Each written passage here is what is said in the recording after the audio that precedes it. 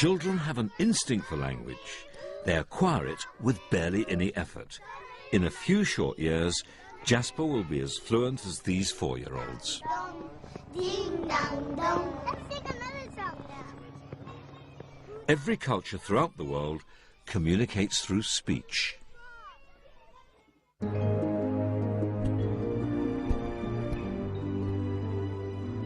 Our instinct for language put our species in the fast lane.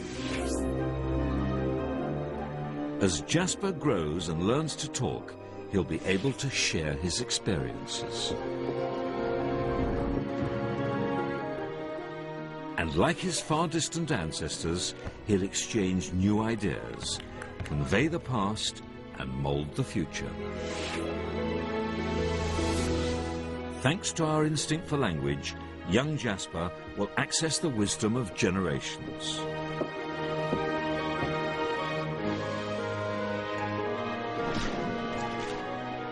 The accumulated knowledge of the human race means that we are all standing on the shoulders of giants.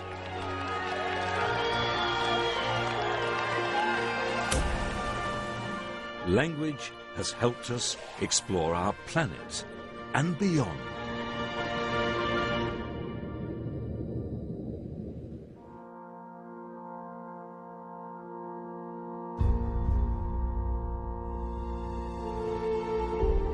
But this isn't the end of the story.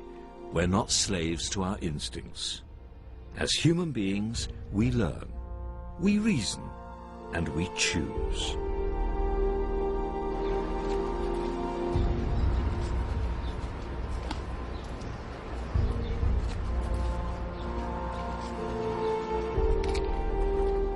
Until September the 11th, 2001, Mike Benfanti and John Sakira were regular office workers. But on that day, they struggled with conflicting instincts and a series of life and death decisions, but still found the courage to help someone in great danger. Tina Hansen was working as usual on the 68th floor of the North Tower of the World Trade Center. In 1 second, my life was normal, and in the very next second, the building behaved in a way that I had never felt before. Up on the 81st floor, Mike and John were just below the point of impact. I guess it felt like an earthquake, and I saw flames shoot down from above and debris falling. We looked out the window and saw some pretty horrible things, saw some, I guess, maybe some bodies and clothes and things. Containing rising panic, Mike and John began to evacuate down the fire escape. On their way down, they came across Tina and 2 others in an empty office, struggling with Tina's emergency wheelchair. All of a sudden, this guy started banging on the front door. I looked behind the glass doors, and there were these women just standing there, and I was like, this doesn't make sense. You got to get moving here. They'd never met Tina before, but could see she needed help. Mike and John decided to carry her down the 68 floors to safety. There was no hesitation on their part. They didn't even seem to think twice about it.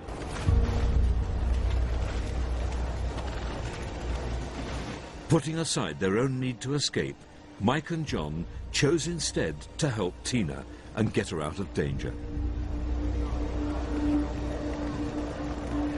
You don't know what's going through your mind. You're not thinking, okay, I'm going to be carrying this person down 68 flights. It was just instinct. I mean, it was just reaction.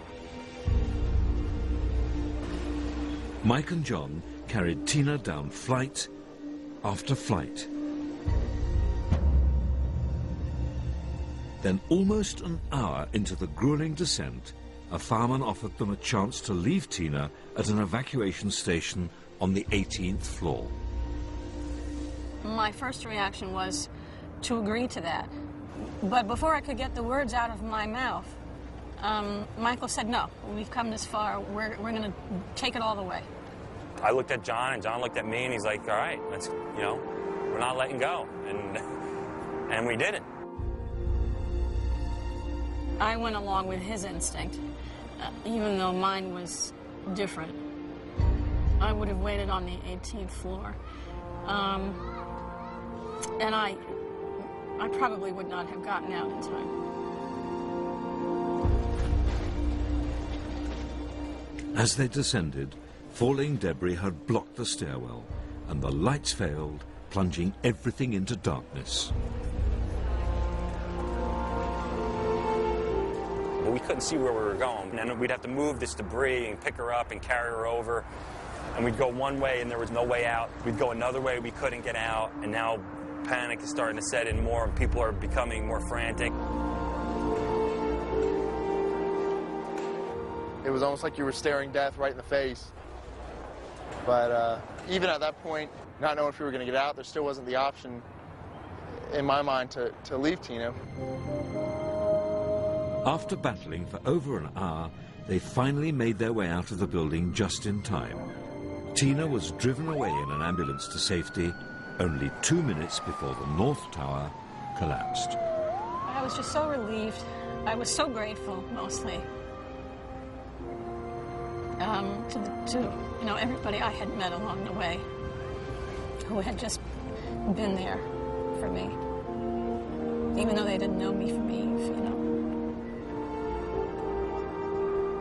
In the darkest of hours, Mike and John have put their own survival instinct aside and emerged as heroes. It was amazing, because that was probably the worst situation, or the one situation where you can make an excuse to say, okay, I'm just going to think about myself, and I don't really have to worry about anybody else. But that's not what happened. I could have been another victim of other human beings who were carrying out mass murder on that day. But because I was fortunate enough to meet women and men who acted on other impulses, I was not another casualty. John and Mike were spurred on by the instincts we all share to help others. But their extraordinary heroism reveals a strength of character that instinct alone cannot explain.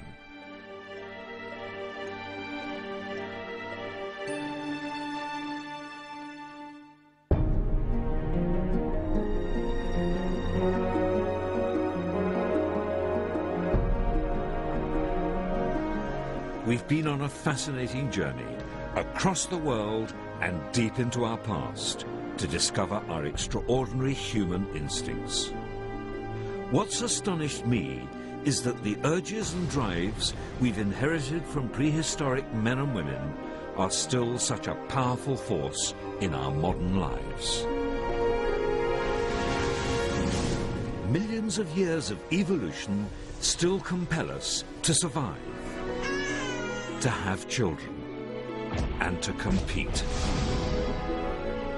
And from those same prehistoric roots came instincts that define us as human beings. We've developed instincts for language and for helping others that go far beyond any other animal. Humans are so successful because we have more instincts, not less.